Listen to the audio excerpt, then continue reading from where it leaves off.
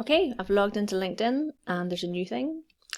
Update to our terms and data use. Starting on November the 3rd, 2025, we will use some of your LinkedIn data to improve the content generating AI that enhances your experience unless you opt out in your settings.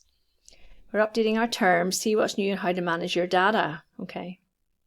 Learn more. Okay, what's happening? So it's different in different areas. Global privacy policy. This usually means that the EU are different because we're in the European Regional Privacy Policy. We offer you robust control over how we use your data.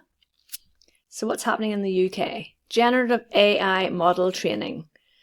So they're going to use our content to train content generating AI models, helping hirers find you and reach you more easily and assist members in creating content such as profile updates, messages, and posts.